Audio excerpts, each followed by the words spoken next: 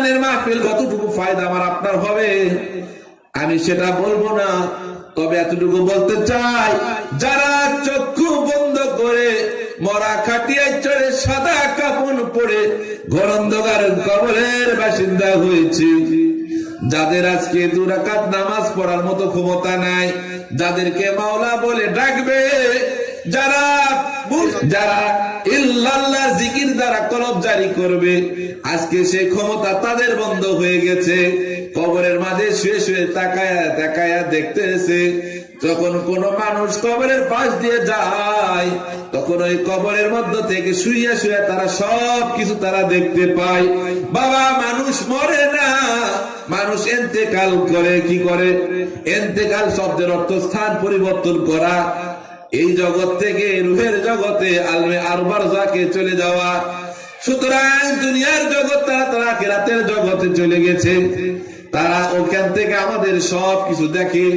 আমি আপনি সন্তান, আমি বাবার জন্য কি করছি, আমার বাবা সেটাও আমাকে দেখছে। আমি তাদের জন্য দোয়া করছি না কি খারাপ কাজ করছি, আমার বাবা সেটাও দেখছে। মা দেখছে আমি কি করছি, তাকায় তাকায় দেখে।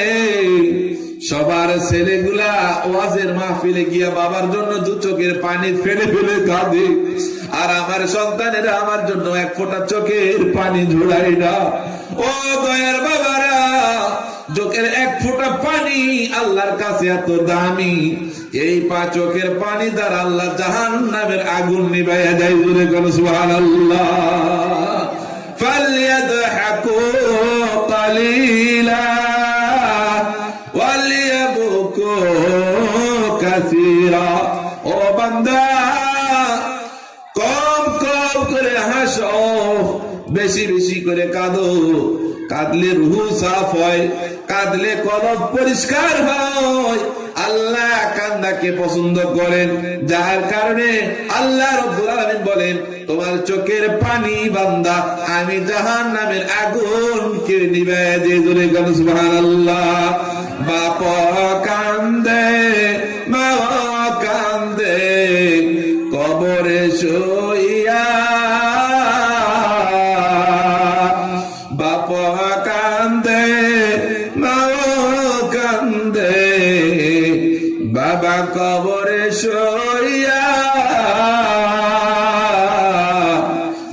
আরে দরদের বাবা দেখলি না চাহিয়া, আহারে দরদের মাধব দেখলি না চাহিয়া।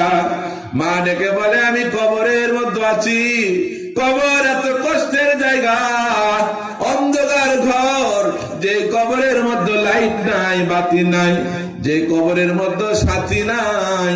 ও বাবা, তোমরা রাতের বেলা শীতের মধ্যে সুন্দর জামা কাপড় গিলাপ কম্বল মোড়াইয়া ঘুমাও, আর আমি মা কবরের মাঝে ঘুমাই, কোনো কিছুই নাই, সাদা মার্কিন কাপড় বিছাইয়া দিয়েছিলে। আজকে সে কাপড়ের কাপড় টানা টানা হয়ে গেছে, আজকে সেই কাপড়ের খবর নাই। বাবা, তোমরা আমার জন্য দোয়া করো, আল্লাহ আমাকে যেন জান্নাতের বিছানা বিছাইয়া দেয়। আজকে দরদ আমার আপনার ভিতরে নাই। বার কথা ভুলে গেছি, বাবার কথা ভুলে গেছি। একটি বারবার কথা স্মরণ করেন, বাবার কথা স্মরণ করেন। আসেন মাহফিলে বসে মার জন্য চোখের পানি ছেড়ে দেন, মার জন্য একটু দোয়া করেন, বাবার জন্য দোয়া করেন। নানা নানি ঘুমাই আছে, তাদের জন্য দোয়া করেন। আমার মা জননীরা এসেছেন, যারা স্বামীর বাড়ি এসেছেন, নিজের বাবা মাকে ত্যাগ করে এসেছেন, যার কথা বারবার মনে হয় যেটা মা বাবা আমাদের জন্য করেছেন। মা বাবা জীবনে যা করেছেন আমার আপনার জন্য, একটি বার খেয়াল করে দেখেন তার ঋণ কি আমরা শোধ করতে পারবো কখনো? মা ঋণ শোধ করা যাবে? বাবা ঋণ কি শোধ করা যাবে? কত কষ্ট করেছে মা বাবা। আমি মা বাবার কথা বলতে চাচ্ছি না, আমি আলোচনা করছি আমার আপনার জন্য, হেদায়েতের জন্য। আল্লাহ রাব্বুল আলামিনের আশিকান যাকিরান শাকিরান হতে হবে। আল্লাহর প্রেম অন্তরের মধ্যে নিয়ে আসতে হবে, রসুলের প্রেম অন্তরে রাখতে হবে। রসুলের প্রেম যাদের অন্তরের মধ্যে আছে, এই সমস্ত ব্যক্তিরা আল্লাহ এবং আল্লাহ রসুলের সঙ্গে সরাসরি আল্লাহর পক্ষ থেকে ঘোষণা হবে, যাকে খুশি তাকে নিয়া ও আমার আখিরি নবী মুহাম্মদ তুমি জান্নাতে চলে যাও। আল্লাহ রসুলের প্রেম ভালোবাসা তাদের মধ্যে আছে, একটু দুইটা হাত উঁচু করে দেখান, কে কে আল্লাহ রসুলের সঙ্গে সাক্ষাৎ করতে মনে চায়, একটু হাত উঁচু করে দেখান। আল্লাহু আকবার। ও দয়ার মাওলা, ও দয়ার মাবুদ, যে হাতগুলো উঠেছে তোমার রসুলের সঙ্গে স্বপ্ন যোগে না দেখাইয়া মালাকুল মউতের সঙ্গে সাক্ষাৎ করিও না, বলেন আমিন। ওই নবী, যে নবীকে দেখার জন্য আমার মন কাঁদে, আপনার মন কাঁদে, যে নবীর সুপারিশ ছাড়া কোনো উম্মত, কোনো বান্দা কোন জান্নাতে যেতে পারবে না, ওই নবীর আগে কোন নবীও জান্নাতে যেতে পারবে না, যে নবীর উম্মতের আগে কোন নবীর উম্মতেরা জান্নাতে যেতে পারবে না, আমরা সেই প্রিয় নবীর প্রিয় উম্মত হইতে পেরেছি। এই জন্য খুশি হয়ে আল্লাহ তাআলার সঙ্গে বলেন আলহামদুলিল্লাহ। আল্লাহুম্মা বারিক লানা ফি রজব ওয়া শাবান ওয়া বাল্লিগনা রমাদান।